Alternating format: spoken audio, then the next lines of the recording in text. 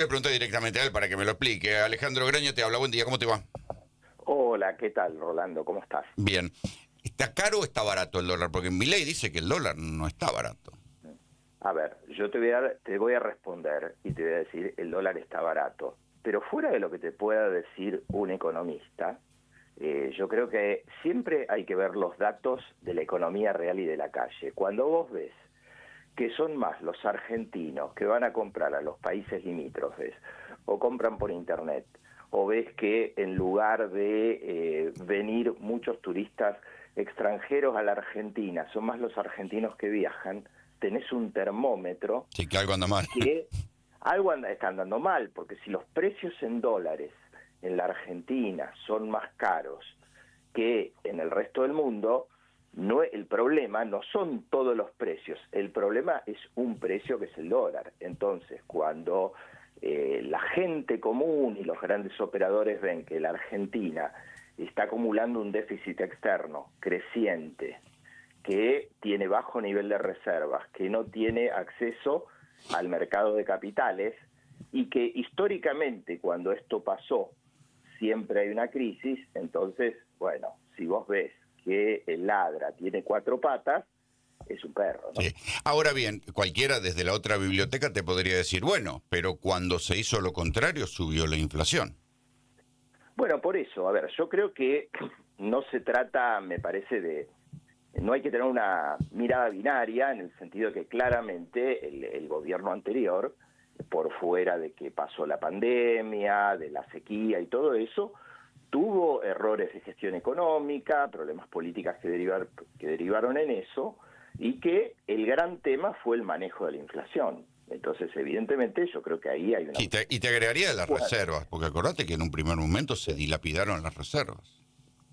sí, hubo problemas de nuevo, ¿no? Yo te digo, o sea, la pandemia exigió un esfuerzo fiscal que después en una Argentina sin crédito, que venía de la crisis del 2018, no pudo aguantar, y después lo que agravó el tema externo fue la sequía, y también hay que decirlo, para poner todo, ¿no? Realmente, cuando vos tenés un candidato que dice que los pesos son una caca, de que va a dolarizar, y es una invitación a comprar en dólares y se amplió la brecha. Pero eso creo que no excusa que evidentemente el gobierno de Frente de Todos no dio las respuestas que tenía que dar. Entonces, yo creo que, volviendo a la actualidad, entonces, evidentemente había cosas que había que cambiar, pero tampoco es la alternativa volver a un modelo de apertura indiscriminada en la economía, en un mundo proteccionista, en un modelo de valorización financiera, porque Rolando no se ve un modelo productivo, No. se ve un modelo alternativo donde se genera... No, y sobre todo esto entra en contradicción con un gobierno que venía a generar un despegue de la actividad económica y de las empresas, y en verdad lo que hay son 15.000 empresas cerradas y más de 200.000 puestos de trabajo perdidos en A ver, un año y medio. Rolando, y fuera del relato, a ver, hay una gran, por ejemplo, un ejemplo, ¿no? O sea, un gran supermercado de origen francés que se está por ir de Argentina.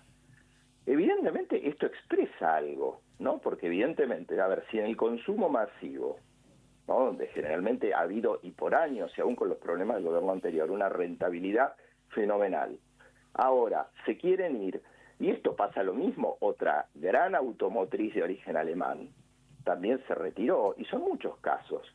Entonces, evidentemente, hay un modelo que no funciona, y yo vuelvo y me pareció muy apropiadas las palabras ahí de tu equipo, en el sentido de la mala praxis, porque lo que se está viendo también es esto, ¿no? O sea, un gobierno que trató de forzar una baja de la tasa de interés, y la realidad, ¿cuál fue?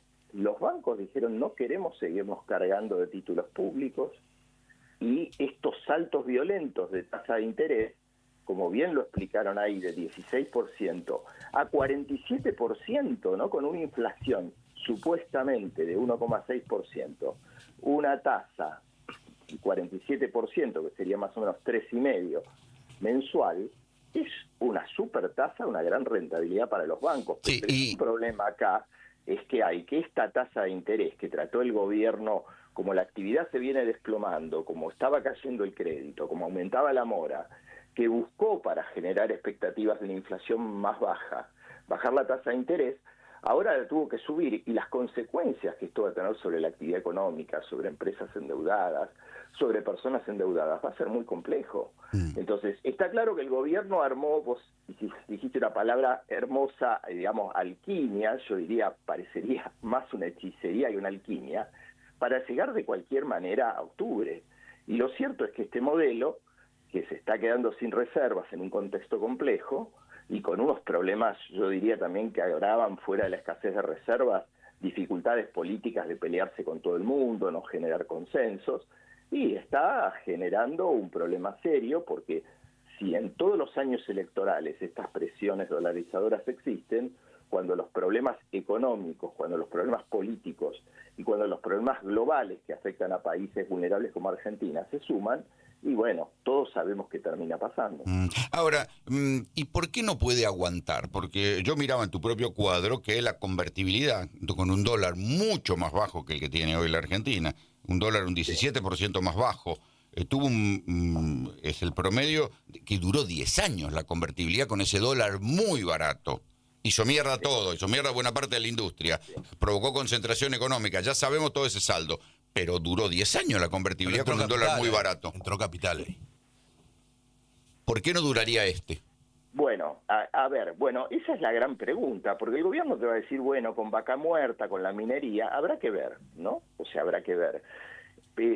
Lo cierto, a ver, yo creo que... La inversión extranjera directa ya sabemos que no está entrando. Claro, a ver, en la convertibilidad, y ahora por ahí es fácil verlo, porque está la serie, digamos, que nos recuerda esa época, el gobierno pudo privatizar todas las empresas, pudo acceder de nuevo, o sea, tuvo los primeros años acceso al endeudamiento, y eso permitió acumular reservas. Y también la hiperinflación generó... O sea que a ver, para, detenete un cachito ahí. Vos decís que Menem no solo se financió con plata de los organismos internacionales, por ejemplo el FMI, sino que también con deuda privada. Exactamente, o sea, del año 91 al año 94, hasta el efecto tequila, la Argentina se pudo endeudar indiscriminadamente con bonistas del exterior. Fue la deuda que se fue acumulando y que terminó en el default del 2001. Pero te decía, o sea, también eso pasó y la Argentina pudo asimilar, pasar de un desempleo del 6% al 18%, un aumento de la pobreza del 30 al 52%, porque había una sociedad que estaba muy golpeada con la hiperinflación, los cortes de luz, las revueltas militares, digo, eso generó un hastío y entonces la sociedad argentina toleró por mucho tiempo, digamos, un deterioro en las condiciones de vida después de esos 2 o 3 meses. Me dejás la pregunta servida. ¿No hay acaso un hastío de la inflación, que no fue hiper, pero de la inflación que dejó el peronismo? Sí, la hay, y entonces yo creo que hasta acá, yo creo que el gobierno, a pesar de todo esto y a pesar de lo mal que se vive, tiene la ventaja todavía de que puede exhibir hasta acá, bueno, la inflación bajó a ver, ¿qué número le ponemos? Digamos, el 5%, 6% de finales del gobierno anterior, o el 25% después de la mega devaluación que hizo el gobierno actual. Bueno, hay una foto divina que circuló estos días, que era Patricia Burrich y Sturzenegger con un cartel 1, con cara 6. de serio, que era 1,4. Era la inflación de Congreso que denunciaban Bullrich y Sturzenegger, y Milei festeja un 1,6. Bueno, me interpela porque cuando esa foto que circula, que es de febrero de 2015, yo era el presidente del Banco Central en ese momento. Sí. En ese momento, en junio del 2014, cuando yo asumí la presidencia del banco, teníamos una inflación, ponerle, del orden del 40% anual, digamos, medida, digamos, por el índice de la ciudad o el índice del Congreso, y después bajó a menos del 20%, ¿no? Y eso se pudo hacer, y digo, te traigo el contraste, porque con políticas adecuadas se puede bajar la inflación y sostener el crecimiento, como pasó en ese momento. Si vos ves los indicadores de 2014-15, hubo una fuerte desinflación y una recuperación del crecimiento, y el salario real llegó a niveles que durante mucho tiempo la Argentina... Sí, había un touch de plata dulce también, ¿no? Yo me acuerdo que convenía irse a Chile a comprar, había un touch de plata dulce, no era el festival de ahora.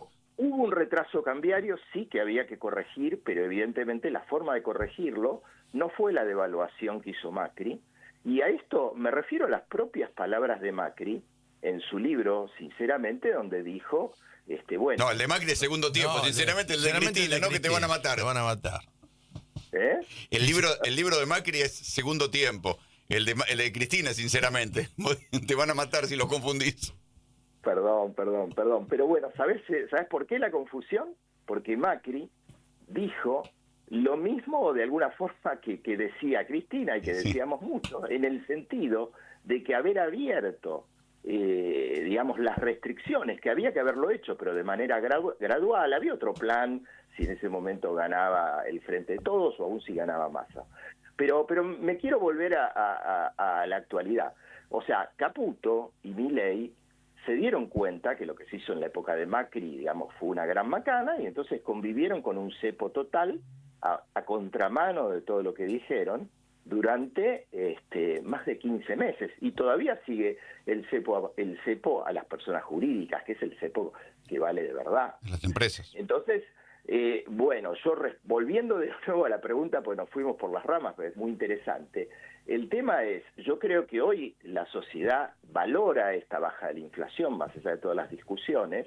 Creo que la oposición está en un periodo, digamos, donde todavía falta digerir una autocrítica, una reorganización, y la sociedad está un poco encantada, porque como vos dijiste, y en el 95 Menem ganó con una gran recesión, solo por bajar la inflación, y me parece que tiene que transcurrir tiempo, y también duró la convertibilidad por todo esto que hablábamos, duró porque había acceso al crédito, se privatizó el sistema jubilatorio, y eso también...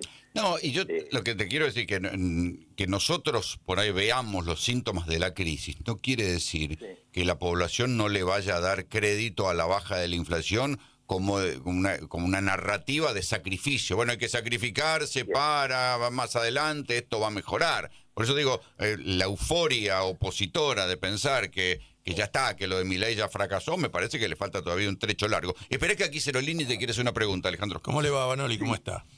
A ver, yo creo que igual la gente distingue entre baja de la inflación y suba del poder adquisitivo, porque en el fondo lo que importa es si tenemos... Bien, eso creo que a la larga uno lo va a sentir, porque si no... Ahora, mi pregunta que se la vengo haciendo a todos. El martes que viene termina las ventas de los dólares del trimestre de oro del campo. Llega hasta el martes que viene con 200, 300 millones por día. Bien.